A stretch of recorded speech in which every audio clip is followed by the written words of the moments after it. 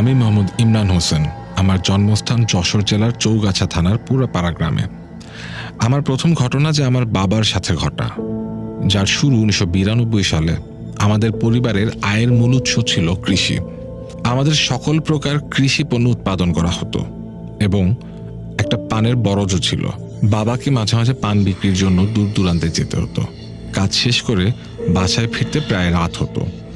ঘটনাটি ঘটার দিন একটু বেশি রাত হয়ে গিয়েছিল, আনুমানিক 11টা। সেদিন ভারতের সীমান্তবর্তী একটি গ্রামে গিয়েছিল, যেটি আমার গ্রাম থেকে 4 গ্রাম দূরে। তখনকার সময় গ্রামে সাইকেল ছিল যাতায়াতের একটি গুরুত্বপূর্ণ মাধ্যম। তখন ব্যাটারি চালিত টর্চ লাইটের প্রচলন ছিল। শীতের সময় থাকায় কোলাহল ছিল না বললেই চলে। কুয়াশায় তেমন কিছু দেখাও যাচ্ছিল না। একটা গ্রাম পার হতেই সামনে বিশাল ফাঁকা মাঠ এবং একটা বাওর রাস্তার মাঝ বরাবর চলে গেছে। আমার বাবা যখন ব্রিজের কাছে আসলেন তখন বুঝতে পারলেন ব্রিজের ওপর কিছু একটা আছে। টর্চ লাইট ঘোরাতেই দেখলেন একটা মহিলা বাচ্চা কোলে নিয়ে দাঁড়িয়ে আছে। মহিলাটি আমার বাবাকে ডেকে বললেন, ভাই, আমার খুব বিপদ, আমাকে একটু সাহায্য করেন। আমার স্বামী খুব অসুস্থ, আমারে এখনই সুখপুকুরিয়া যেতে হবে। যেহেতু বিপদের কথা বলেছে তাই বেশি কিছু না ভেবেই বাবা বললেন, সাইকেলে উঠে বসেন। মহিলাটি সাইকেলে ওঠার পর থেকে সাইকেলটি যেন আর চলছে না। শীতের রাত থাকা সত্ত্বেও বাবার শরীর থেকে ঘাম ঝরতে লাগলো। সাইকেলের চাকায় হাওয়া না থাকা আর রাস্তায় প্রচুর ধুলা থাকার জন্য হয়তো এমনটা হচ্ছে। বাবা দাঁড়িয়ে বিষয়টি দেখতে চাইলেন, কিন্তু মহিলাটি বলল, তাড়াতাড়ি চলেন। বাবা বললেন, সাইকেলে কোনো সমস্যা আছে তাই সাইকেলটি চলছে না। তখন মহিলাটি বলল, কোনো সমস্যা নেই, চলেন। এরপর সাইকেলটি স্বাভাবিকভাবে চলতে লাগলো। এভাবে মনে একটা কৌতূহল আর ভয় নিয়ে একসময় সুখপুকুরিয়া ইউনিয়ন ভূমি অফিসের সামনে চলে আসলো। উল্লেখ্য, ভূমি অফিসের পাশেই একটা হাফিজিয়া মাদ্রাসা আছে এবং রাস্তার বিপরীতে একটা বিশাল বড় আর গভীর পুকুর আছে। দিনের বেলায় ওই পুকুরের পাশ দিয়ে যেতে গা ছমছম করে।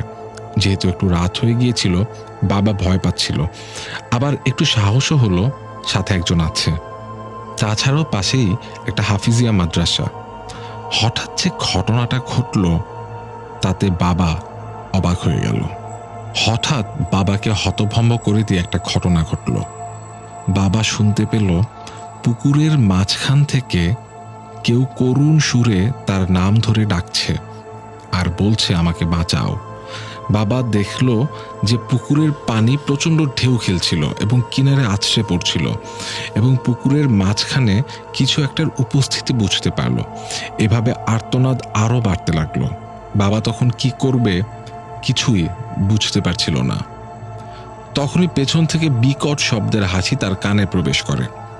পেছন ফিরে দেখে যে হাসিটি সেই মহিলা যাকে এতক্ষণ বাবা সাইকেলে করে বহন করে নিয়ে এসেছে। বাবা দেখতে পায় মহিলাটি তার আগের আকৃতিতে নেই। তার চুলগুলো মুখের সামনে ঝুলে পড়েছে, এজন্য মুখটা ভালো বোঝা যাচ্ছে না।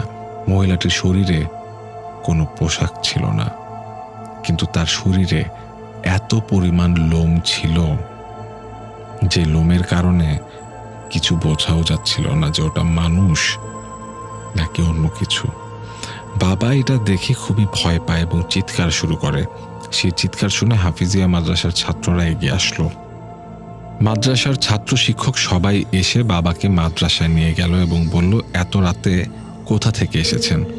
বাবা সব কথা খুলে বলে।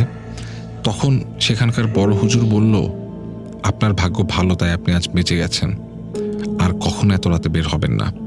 মাদ্রাসার বড় হুজুর আব্বুকে বলল, আজকে রাতটা এখানেই থেকে যান, কাল সকাল হলে চলে যান। কিন্তু আব্বু হুজুরকে বলল যে আমাকে একটু এগিয়ে দেন, তারপর আমি একাই যেতে পারবো, তা না হলে বাসার সবাই চিন্তা করবে। তারা আব্বুকে কিছু দূর এগিয়ে দিলে আব্বু বলল, আর আসতে হবে না, কিছু দূর পরে আমার বাসা, এবার আমি একাই চলে যেতে পারবো। এই কথা শুনে তারা ফিরে গেল। বাবা তারপর তাদেরকে বিদায় দিয়ে সাইকেল চালাতে লাগলো। হঠাৎ সাইকেলের চেনটা পড়ে গেল। বাড়ির অনেক কাছাকাছি চলে আসা এবং অনেক ক্লান্ত থাকায় সাইকেলের চেনটা না তুলে হাঁটতে শুরু করলো। এভাবে হাঁটতে হাঁটতে একটা 3 রাস্তার মোড়ের কাছে চলে আসলো। ওই মোড় থেকে আমাদের বাসায় 70-80 গজ দূরে। ওই মোড়েই যে আরো খারাপ কিছু অপেক্ষা করছে তা বাবা ঘুণাক্ষরেও ভাবতে পারেনি। বাবা দেখতে পায় 40-50 জন মানুষ সামনে একটা লাশ নিয়ে জানাজার নামাজ পড়ছে। সকলেরই একই রকম পোশাক, সকলেরই একই রকম লম্বা লম্বা দাড়ি। সাধারণ মানুষের থেকে তারা আকৃতিতে অনেক বড়। বাবা খেয়াল করলো যে সেই মহিলাটি তার বাচ্চা কোলে নিয়ে বসে বসে কাঁদছে লাশটির পাশে। একবার টর্চ বন্ধ করতেই মহিলাটি বাবার সামনে চলে আসলো এবং বাবার দিকে ভয়ঙ্কর দৃষ্টিতে তাকিয়ে রইল। বাবা এটা দেখে আর সহ্য করতে না পেরে সেন্সলেস হয়ে যায়। বাবা সকালে নিজেকে বিছানায় আবিষ্কার করে তার কিছুই মনে ছিল না।